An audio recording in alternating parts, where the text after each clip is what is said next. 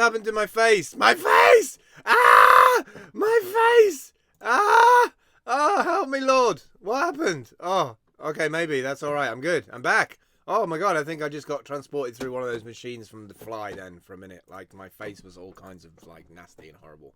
Good morning, everybody. It is 11:33. I am well over, like, my usual 11ish. It starts at 10:58 normally, so that you have 2 minutes to get yourself sorted. But this morning, I'm in a completely different mood, and there's a lot of important discussion points that I need to talk about with you today.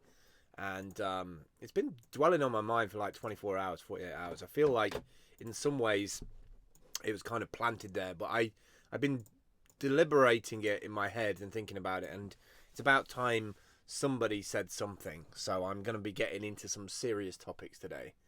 And hopefully this will get like spread around to other video users on Blab and elsewhere in terms of video chat and decorum and etiquette. I've got to get into it because it's been bubbling on my mind, and I would do myself a disservice by not bringing this like discussion point to people's attention. I think it needs debating. I think it needs talking about. Yes. I'm awake. I'd only been asleep for like maybe 5 hours. And I did that self-hack where it was like, but just another hour would mean I've got 6 hours. And 6 hours feels better than 5 hours. And then I'd feel a bit more energized to do work. It's a complete false economy because I fell asleep till 10. And then woke up like, well, I've still got 58 minutes to get stuff done. Didn't get out of bed till 10:30. It's like, this is shit. I really need to pull my ass together. So just let me drink some of this. God damn it, that's strong this morning. I kind of needed it. Right, let's get straight into things.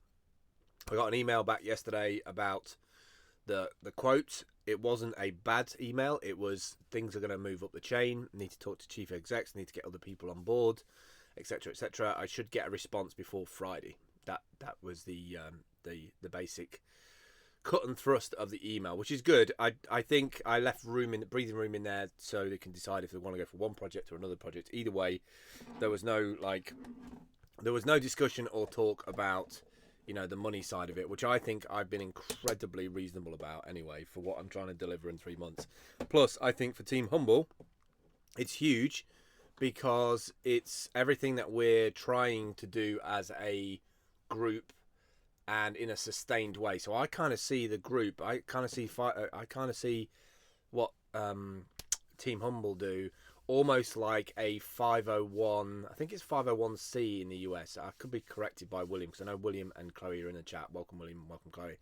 I think it's a 501 charity definition that you get when you're a non-profit. But I kind of need to find out what it is for profit, because we've got a weird scenario because we don't need to make money, but we need to sustain the charity like most charities. But I don't see us as a charity either. So it's kind of like a new kind of philanthropic kind of social cause and effect engine. I'm not quite sure how we package that for society so we don't look like a bunch of crazies just doing work cheaper and running around like New York City and different places, like helping people philanthropically. But then people sort of saying, well, what are you doing? Because I know what will happen. People will ask the question, why do you do it? What are you doing it for? You know, how do you make money? Blah, blah, blah. That's all the questions I ever get by people who are just trapped by the corporate greed machine of, you need money to live. You need money to live. Yes, you do need money to live, but it's the way you acquire it that's important to me. Anyway, bygones. So we'll find out about that email by Friday. I also want to bring up the fact of knowing when to take time out. This whole show this morning is going to be kind of very deep and meaningful and very, very philosophical, as Chloe once called it. Yeah, knowing when to take time out. I really crashed quite hard yesterday from after taking that trip up to Winchester, because I didn't take time to reflect and re-energize myself. I didn't take time out to go elsewhere and go to a coffee shop and still work, but lightly work, not like jump straight into something. And the reason for that is I completely forgot that I was meeting with the farm yesterday, and so it was a bit of a scramble. And I don't like scrambles because the problem with scrambles is like you know that you're being inefficient, or you know that you're kind of chasing the tail of it. So I was a bit annoyed with myself yesterday because I wanted to go in there with a set up QR code system and a variety of different things. So I ended up doing it. I ended up getting it done. I ended up getting the first QR code out. I'm linking that to a SoundCloud playlist, adding loads of elements to it. It didn't look the way I wanted it to look. It still needs work. I tried to get in touch with UScanMe to get the package upgraded so I can do tracking.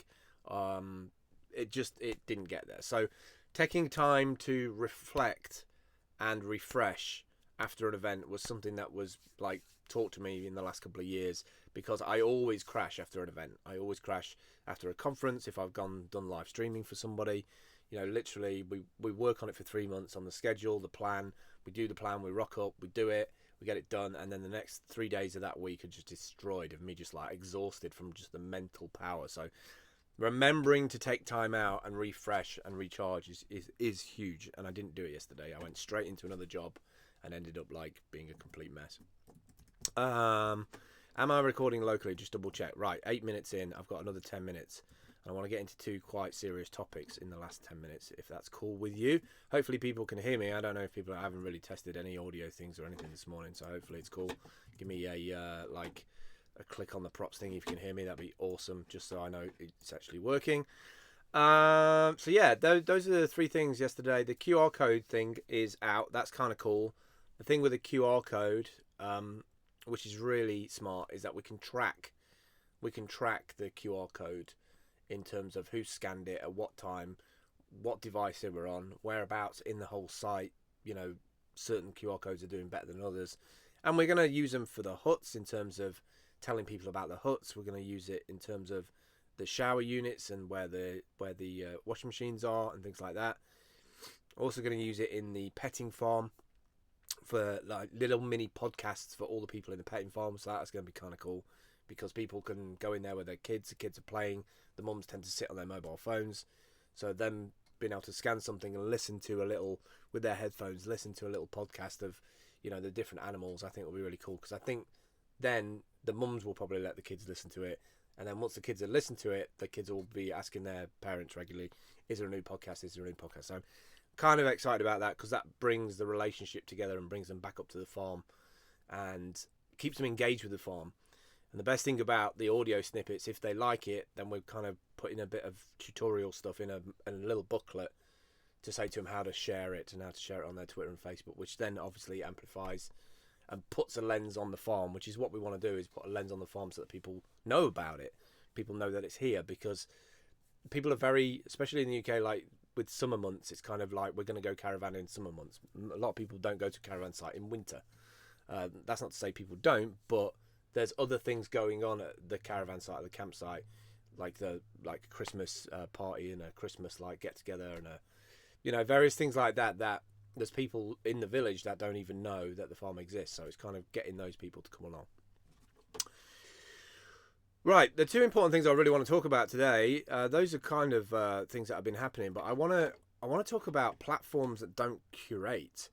Just recently, there's been an influx of Greek and other areas in Europe coming onto Blab, and the people that are coming onto Blab don't have a profile picture set up. They don't have either a Twitter account set up. They've had to sign up on Twitter to be able to get onto Blab. So they've have zero investment in community, or it comes across that they have zero investment in community, and they're just literally coming on to almost treat it like other video chat platforms like Chat Roulette and things like that, where it's, you know, you log in and you're just talking to somebody and it's random and it's sometimes anonymous. And I've noticed there's a couple of things going on which I'm uncomfortable about, and very uncomfortable about for the females in our group. And I think as a man, I need to bring it up because it's important to get it out there. I've noticed that a lot of people are joining with like a profile without any profile picture. They're just like logging in with like the Twitter egg with no profile picture.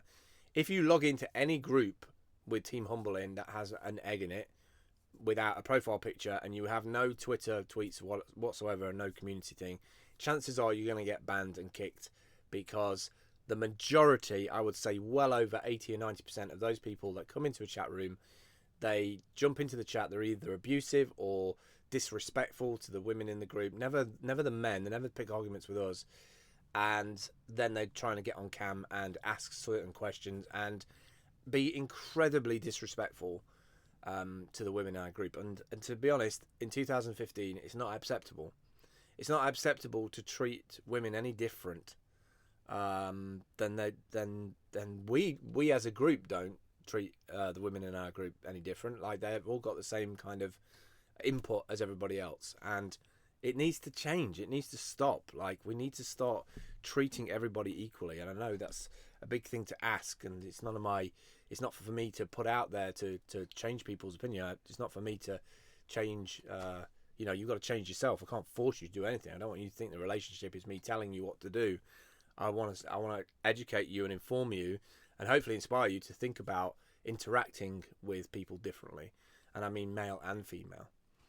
So I want to give a public apology, a worldwide public apology, to all the women on video chat, on the internet, all around the world, for the males and some of the females that don't understand how education and how video chat works, because I know it's caused a lot of panic, anxiety, and disdain from various members in our group. And I'm not going to mention names or anything like that, but one of our group sent a letter. This letter comes completely from the heart, and I need to talk about it because it's super important. And I'll tell you why it's super important, because if I don't bring awareness up to it, then I'm kind of accepting that it's okay and it can be normalized. And it can't be okay and normalized, because it's not right.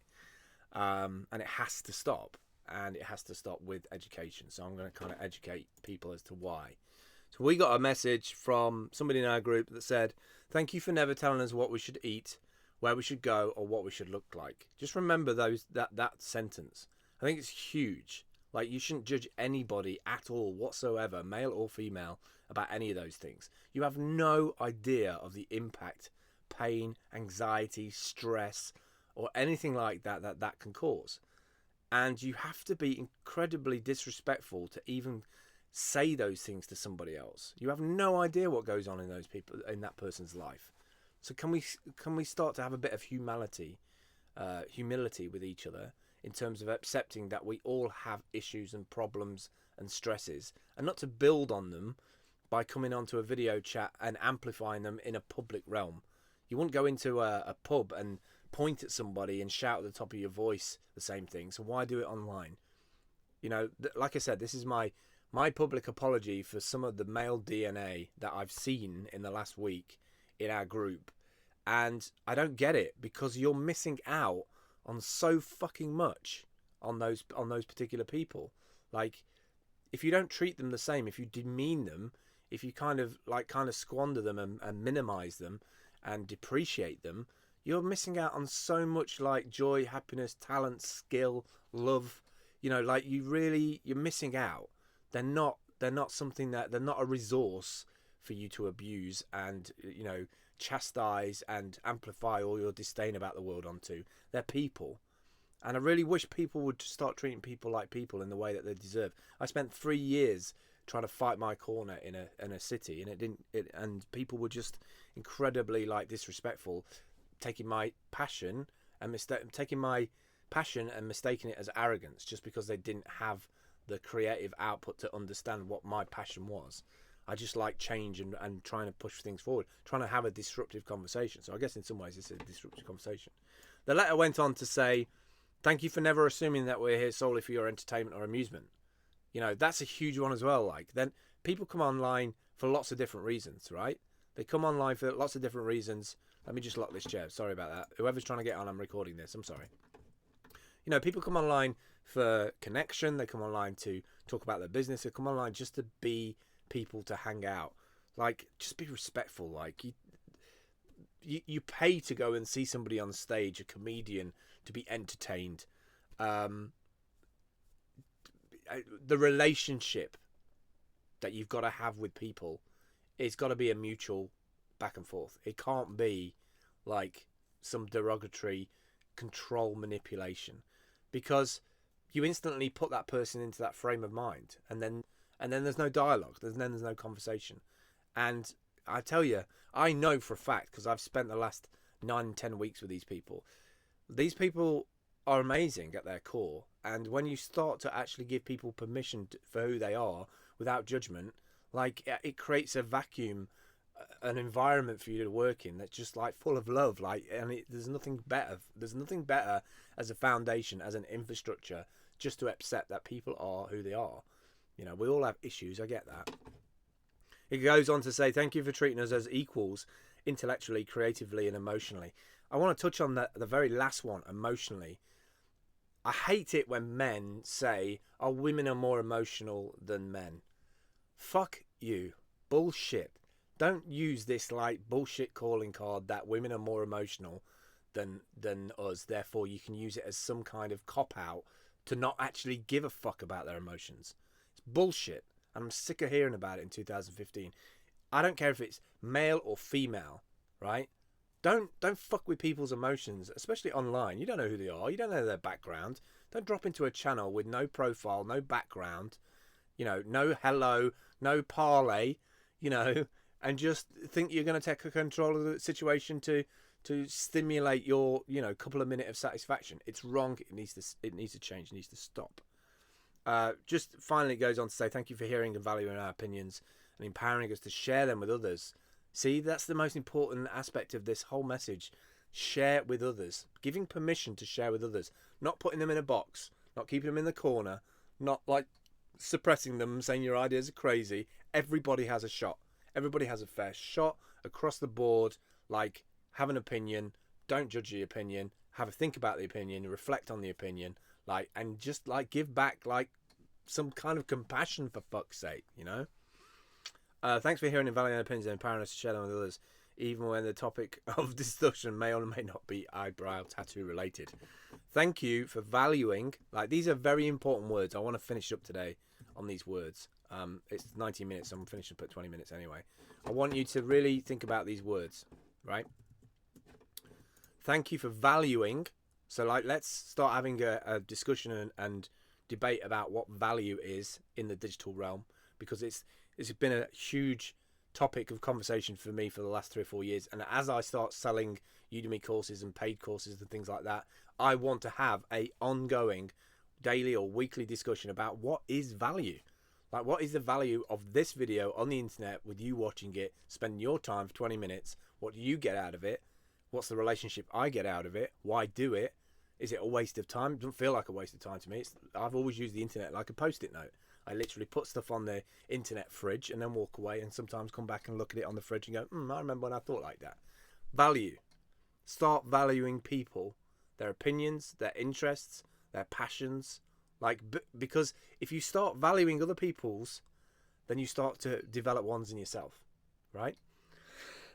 Supporting. Super easy to support people. You don't have to be money. It doesn't have to be like anything. It could be like a hi, a wave, a tap on the back, a hug.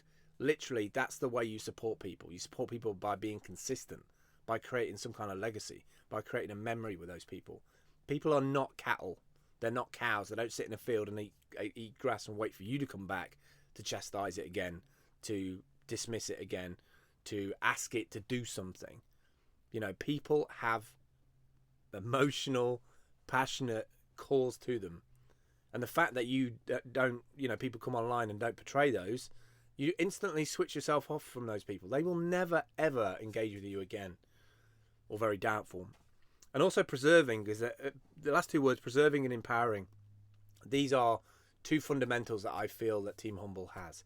Is that I'm trying to preserve an ethos of acceptance and empowerment through our actions with each other. I'm trying to create a value-based economy, which is economy based on the value that we bring together as a group, what we can give to each other without even talking about money and business and paperwork, without being exploitative, just giving a fuck and doing the right thing. And the last one, empowering. You know, I've seen it happen.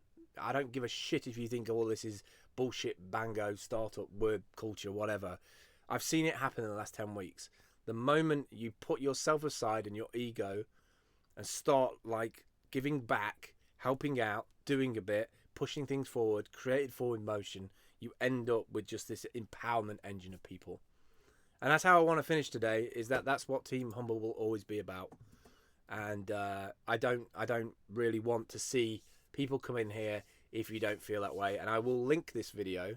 and I will link this blab and I'll put it on my YouTube so that you can go and watch it. And for all the people who come in and feel awkward and embarrassed and just use their usual mode of contact, then I'm telling you, I'm giving you permission today to think about what I've said in this video. Think about how you engage with people in your day-to-day life. And then think about how you engage with people on your online life. Don't splinter your personality out of some deprived, deceitful idea of the version of you so that you can exploit people or manipulate people or just get a quick thrill out of people. Like, you're missing out on so much. That's it for today. I will catch up with you later. Lots of love to everybody, and drink lots of coffee. Be good to each other, and I'll see you tomorrow night for Team Humble's party and also the BLNDB, which is the Blab Late Night Dance Party. Oh my god, I can't believe I got that out. Awesome. I'll see you later, guys. Bye!